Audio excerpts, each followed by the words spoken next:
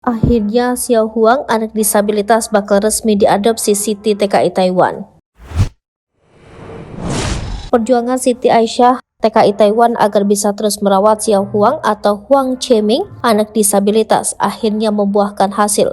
Peluang Siti untuk bisa mengadopsi Xiao Huang akhirnya terbuka lebar. Pihak imigrasi sedang mengupayakan agar Xiao Huang berpindah identitas menjadi warga negara Indonesia, sehingga Xiao Huang tidak perlu dideportasi ke Taiwan. Dengan begitu, Siti bisa tetap merawat Xiao Huang di Indonesia. Amanah dari ayah Xiao Huang, Laupan pun bisa dijalankan oleh Siti hingga tuntas. Peluang Siti untuk mengadopsi Xiao Huang itu diungkapkan oleh Kepala Kantor Imigrasi Kelas 1 Non-TPI Karawang, Barlian Gunawan. Barlian mengungkap bahwa saat ini pihak perwakilan pemerintah Taiwan atau TETO sudah berkomunikasi dengan Siti.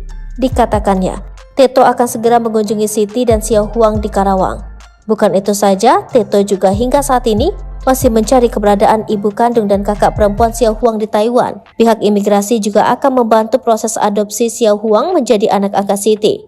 Ia juga mengaku sudah berkoordinasi dengan Dinas Kependudukan dan Pencatatan Sipil, kemudian Pengadilan Negeri Karawang dan Dirjen AHU untuk membantu proses adopsi dan perpindahan identitas Xiao Huang.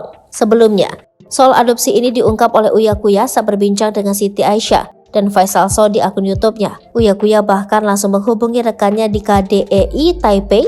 Untuk itu, menurut Faisal So, antara orang tua Xiao Huang dengan Siti Aisyah harus dipertemukan untuk adopsi tersebut. Sementara itu, dilansir dari media di Taiwan, keberadaan ibunda Xiao Huang belum juga ditemukan.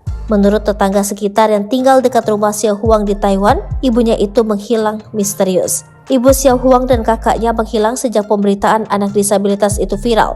Menurut tetangganya itu, ibu kandung Xiao Huang bahkan menolak untuk berkomentar terkait pemberitaan anaknya.